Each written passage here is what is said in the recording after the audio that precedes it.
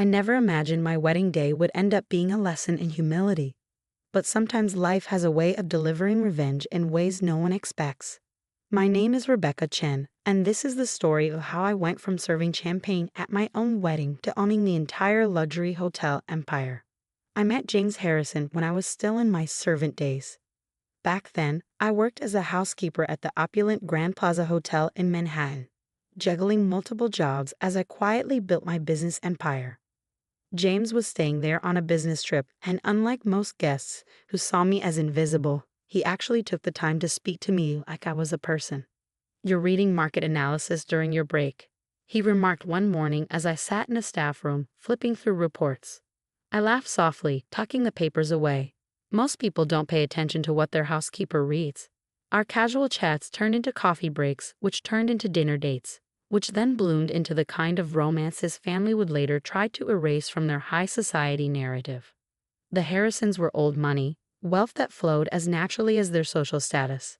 James was their golden child, heir to Harrison International Holdings, and according to his mother, Victoria Harrison, he was destined for someone of proper blood. I still remember my first encounter with them at their sprawling Hampton estate. Victoria took one glance at my simple dress, which I'd spent hours selecting, and sneered at James.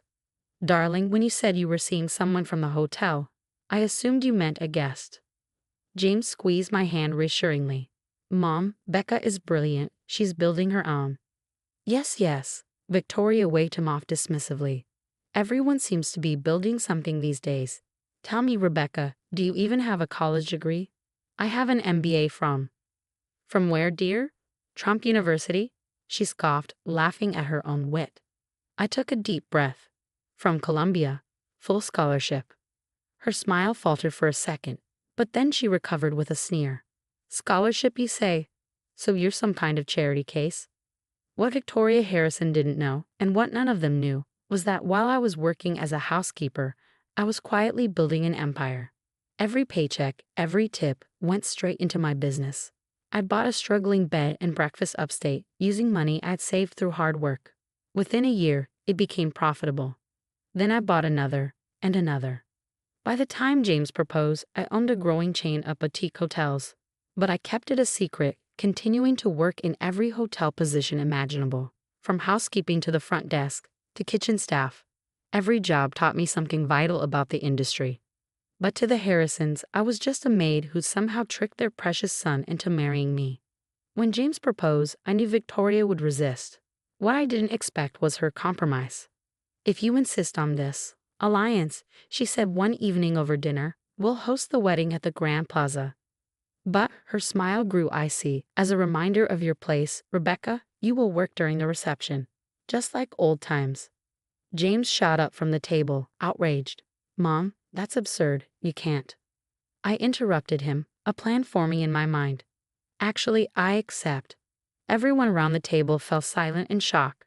"But," I added calmly, "I have one condition. I choose the date and time." Victoria raised an eyebrow. "Oh, beggars can't be choosers, darling. But fine, pick your date. It won't matter to me." What she didn't know was that I'd been in the final stages of purchasing the Grand Plaza Hotel Group for months. The timing would be everything. The wedding planning proceeded in Victoria's vision, with 500 of New York's elite on the guest list and barely any involvement from me beyond being told what drinks to serve. James tried to fight it, but I assured him I had everything under control. "Trust me," I whispered, planting a kiss on his lips. "Your mother is about to learn a very expensive lesson about judging people." The night before the wedding, I signed the final papers. The Grand Plaza Hotel Group, including its 30 luxury properties, was now mine. It was a monumental addition to my growing portfolio, which now boasted over 50 properties worth nearly $1 billion. But still, I entered my own wedding through the service entrance, as Victoria insisted. Her smug expression when she saw me in the housekeeper's uniform made it all worth it. "Perfect," she said, adjusting my bow tight as though I were her servant. "Remember, when serving the head table, address me as Mrs. Harrison." I smiled sweetly. "Of course, Mrs. Harrison.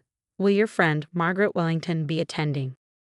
Victoria preened, pleased with my deference. Naturally, the Wellingtons never miss a Harrison event. "How wonderful," I said softly. I've been meaning to discuss their suite's renewal lease with them. Victoria froze, her gaze sharp. What did you say? But I was already walking away, champagne tray perfectly balanced in my hands. The ceremony unfolded exactly as planned, though I had to change quickly between the vows and the reception. Victoria made sure everyone knew about my humble role as a server at my own wedding reception. It's important to stay humble, I overheard her telling her friends. Some people need reminding of their place in the world. As I approached with another round of champagne, I checked my watch. Right on cue, Thomas Wright, the regional manager of the Grand Plaza, entered the reception hall. The real ceremony was about to begin. Thomas looked bewildered as he saw me in the server's uniform. But his confusion quickly turned to panic as he recognized who I was. Before he could approach, Victoria intercepted him. Thomas, I wasn't expecting you. Is everything all right with the venue? Her voice dripped with condescension, as though speaking to a servant. I smiled to myself, the evening about to take a dramatic turn. Actually, Mrs. Harrison, I'm here to meet with a new owner. There seems to be some confusion because I was told.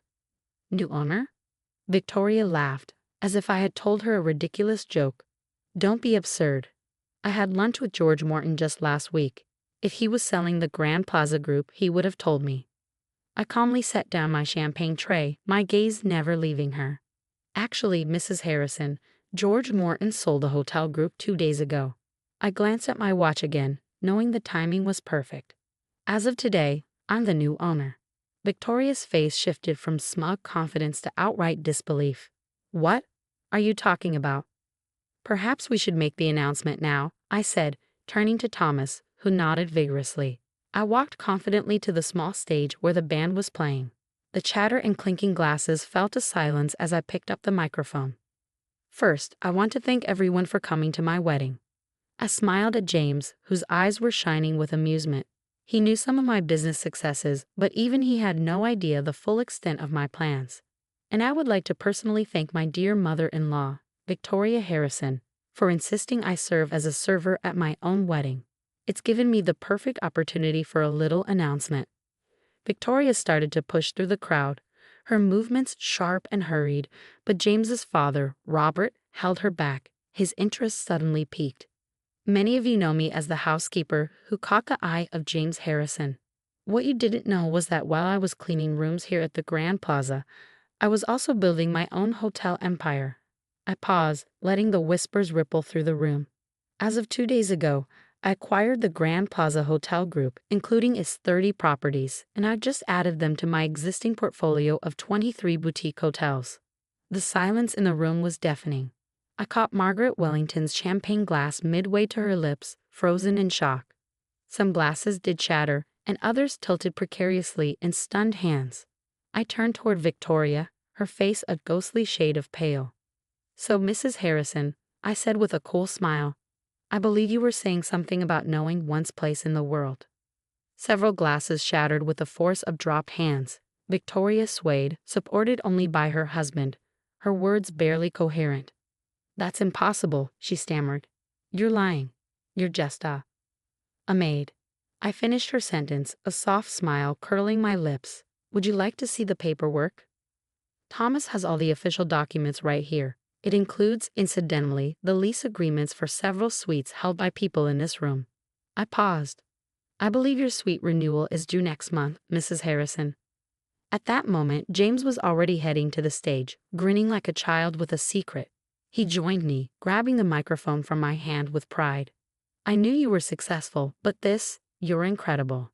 Guess I'm married beneath my station, darling, I teased, winking at him. Victoria found her voice, or at least her desperation.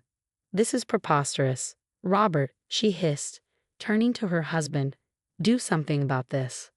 Robert Harrison, however, had already started toward the stage, his gaze sharp and calculating. As the founder of Harrison International Holdings, he understood the real game of power. He knew an opportunity when he saw one. Rebecca, he said, extending his hand. I think it's time for a proper business discussion. Perhaps we should talk about merging our interests. Traitor, Victoria shrieked, but her protests were already drowned out by the buzz of excited whispers. No one was listening to her anymore. I spent the rest of the evening receiving business cards and meeting requests from people who had barely glanced at me earlier in the evening. The Wellingtons were particularly eager to discuss their lease renewals. Victoria, of course, left early, claiming a headache. On her way out, she had to pass by the portrait that Thomas had rushed to hang in the hotel lobby, a new one of me, right next to the other Grand Plaza Hotel Group CEOs. The next morning, I arrived at my new office, situated in the executive suite of the Grand Plaza, the same floor I had once cleaned as a housekeeper. On my desk was a handwritten note from James. Checkmate, Mrs. CEO. I framed my old housekeeping uniform in a glass case and placed it prominently in my office. It reminds me that every job, no matter how humble, has value. True worth isn't defined by what you do, but how you do it. And sometimes the most satisfying revenge is not about seeking payback. It's about rising so far above your critics that they become irrelevant. Victoria hasn't spoken to me directly since, but I've heard whispers that she's telling her friends she always saw potential in me. As for the Wellingtons, I did renew their suite lease, at the standard rate, of course. No family discount for them. After all, it's important to stay humble and know your place in the world. James and I moved into the penthouse suite at the Grand Plaza, the same one I had once cleaned. Every morning, I make our bed myself. The staff is confused, but I like the reminder of where I started. Last week, I implemented a new policy at all of my hotels. Every executive must spend 1 week per year working in housekeeping. Victoria nearly fainted when she saw her precious country club friends' children cleaning rooms during their summer internships. It builds character, I told her sweetly at the last family dinner. Don't you agree, Mrs. Harrison? She just pursed her lips and looked away. But Robert winked at me from across the table. He's been pushing to merge our companies, but I'm in no rush. Some things, like respect, need to be earned. As for me, I still make a point of stopping to chat with the housekeeping staff during hotel inspections. After all, you never know which one of them might own the place someday. They say success is the best revenge, but I've learned that it's not really about revenge. It's about proving that worth isn't determined by others' perceptions. Sometimes, the person serving your champagne just might own the whole damn hotel. And Victoria, well, she finally got her wish. Her son married someone from her social circle, someone who is now one of the largest hotel property owners in the country. Funny how life works out.